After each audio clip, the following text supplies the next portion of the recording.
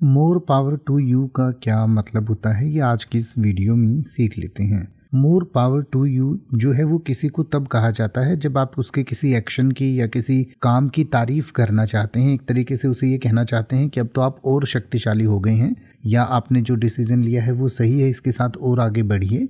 तो इस तरीके से कहने के लिए मोर पावर टू यू का इस्तेमाल किया जाता है। यानी कि more power to you is an idiomatic expression used to convey support, encouragement or admiration for someone's actions, decisions or efforts।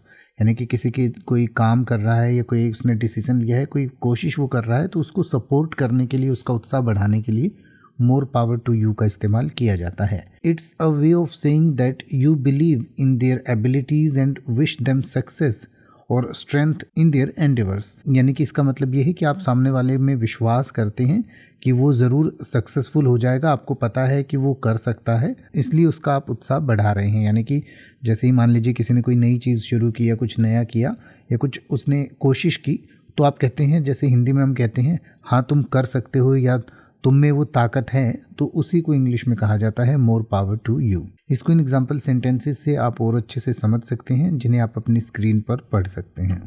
अब आप ऐसे ही किसी भी वर्ड का मतलब हिंदी और इंग्लिश में YouTube पर सर्च कर सकते हैं। आपको मेरी वीडियो मिल जाएगी जिसमें आप बिना किसी फालतू बकवास के सीधा उस वर्ड का मतलब समझ पाएंगे। तो ऐसी ही वीडियोस को देखते रहने के लिए चैनल को सब्सक्राइब करें और बेल आइकन को प्रेस करें।